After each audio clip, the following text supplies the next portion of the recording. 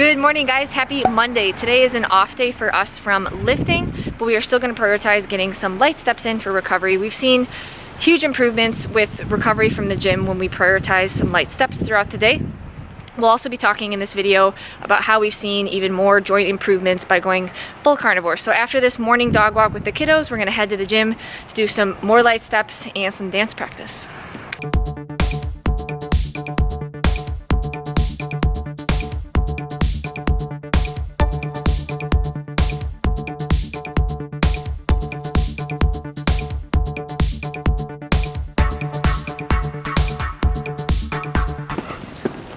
Alright guys, we're here to talk about joint pain. So joint pain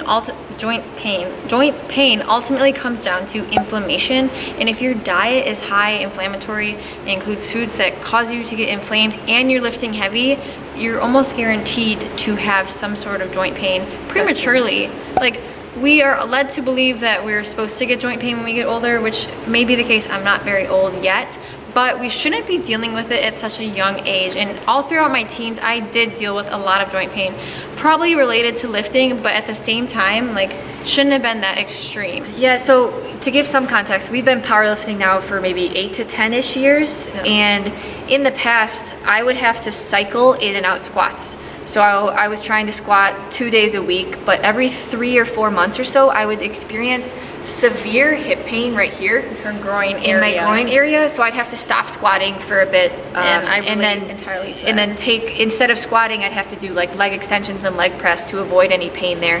Yeah, and for me, I dealt with some joint pain in my fingers and my wrists, and so that has a lot to do with lifting, because you need to grip the bar pretty tightly to lift the weight, but also just like daily activities like typing were kind of painful. It's not really talked about how much your diet can influence these type of things, and how much joint pain could be autoimmune related. Yeah, and funny enough, like our rheumatologist, or my rheumatologist, when she does like her analysis on what I was doing back in the past when I was getting my blood work done to be diagnosed with an autoimmune condition, when I told her what kind of exercise I do, she basically said, like, you're gonna have to stop lifting heavy. You can't lift heavy anymore. You're never gonna be able to like sustain that. It's just gonna be harmful for your joints, and things are only going to get worse.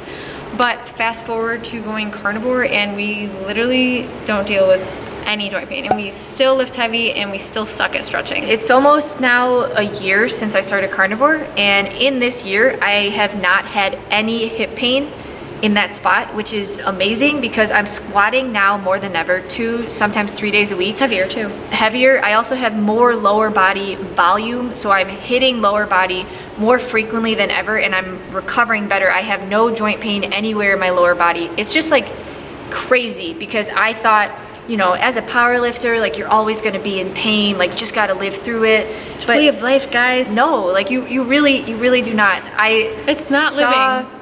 As my blood work started to get better and better, and as my ANA level, I completely reversed. I completely reversed my autoimmune blood work, but then also I saw the symptoms going away.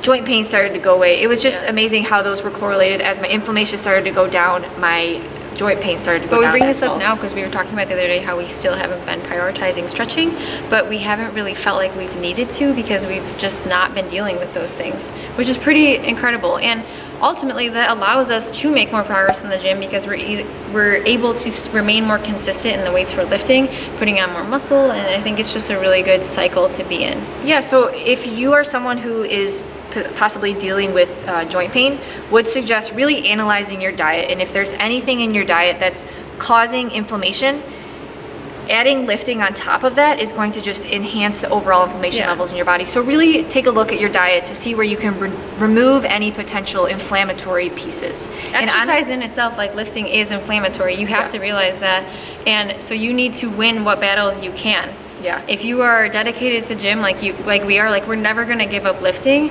We're gonna just have to accept that that is inflammatory by nature. But if we can optimize our diet to reduce the overall inflammation, that's going to be best. Yeah. Just something for you to think about. Don't rely on those Tylenol and Advil pills that are going to potentially harm your gut as well. And also don't just accept that you should be dealing with pain, especially if you're still pretty young. Yeah. Life is worth living. Yeah. It's Justin Bieber. But anyways, today is an extra special day because it is our weekly nose to tail feast.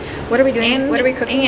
Well, they'll see. Okay. And it is dance practice. And I just have to say, I now have extra energy outside of the gym to do random activities as such. Yeah, before on our rest days, we would just lay there like a walrus. But here we are at the gym doing dance practice. This was one of our New Year's resolutions, was to just improve our dancing skills. We're really bad, but we're getting there. Don't copy our choreography. We're going to show it to you. Ready? Okay. 3, 2, 1.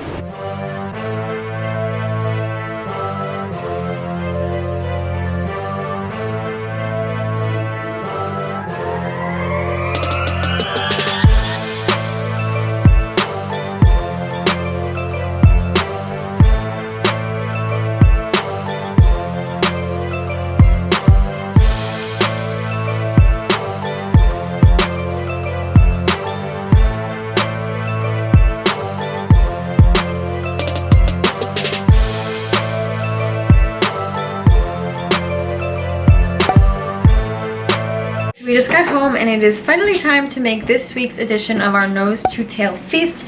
So you've probably noticed by now, throughout the week we keep things pretty simple, usually steak, eggs, suet, a little bit of liver here and there. Largely chuck steak. Primarily chuck roast, but on our Thanksgiving, no, it's not Thanksgiving, on our nose to tail feasting, we like to get a little bit creative with it. Spicy! So let's see what we're gonna be having. So we've got some raw liver, of course. We're gonna be doing something with some eggs, some butter, beef tongue shredded, our chuck roast a given. We've got some thymus, so some pancreas, some AKA sweetbread. Sweetbread. We've got some carnivore tortillas that will be in our cookbook, and then some laguarto from Iberico hogs. So Iberico hogs are super unique in that their fat is really high in oleic acid, and so it has this like olive oil taste. It's like and it has like a sweet hint. So this is the fat here. And so these pigs feed on a lot of nuts. Traditionally in Spain they feed on acorns, but in the US they feed on like pecans and peanuts. And so we get all of our Iberico pork from White Oak Pastures. I think there's only 2 farms in the US that sell Iberico pork. So make sure you guys check this out. It is our, I'm gonna argue this is my favorite cut of meat. It's incredible. This is my favorite cut of meat. So we're gonna get cooking and show you guys the final feast. For all of y'all that do not like the taste of liver, one thing that we really like to do is use the cast iron that we cooked both the lagarto and the chuck steak in, so it has a lot of the yummy fats from those. Saute our liver in the fats. Lightly saute. Lightly saute. It is very tasty. Or just butter. And then here we have the egg and sweetbreads cooking up. Just gonna. Sweetbread has such a nice buttery taste. It works really well with eggs. Yes. A lot of people wonder whether they have to eat nose to tail if they're following the carnivore diet, and no, likely you do not have to, although it does provide you an abundance of nutrients eating different parts of the animal and different animals in general. There are plenty of examples of people who are doing just fine eating just steak. So if that floats your boat more, that's totally fine. For us, doing more of a nose to tail approach at least one time a week with this nose to tail feast allows us to get creative in the kitchen, and it's a lot of fun. We're foodies at heart, so this is like a little carnivore foodie dream. So here is what we ended up whipping up for this week's nose to tail. Can I tell them? Feast? Yeah, tell them what's up. All right, so we've got that lagarto cut, which we cooked how we do our chuck steak. So sear, and then let it slow cook covered. Chuck steak, some of the seared beef liver. Of course, a large mound of raw beef suet because we need our fats.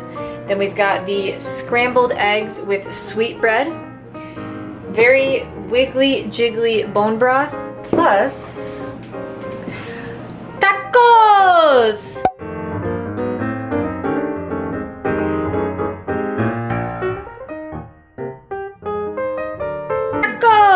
Beef tongue in carnivore tortillas with some plants as a garnish, because plants are better as garnish. Cilantro ain't never hurt nobody.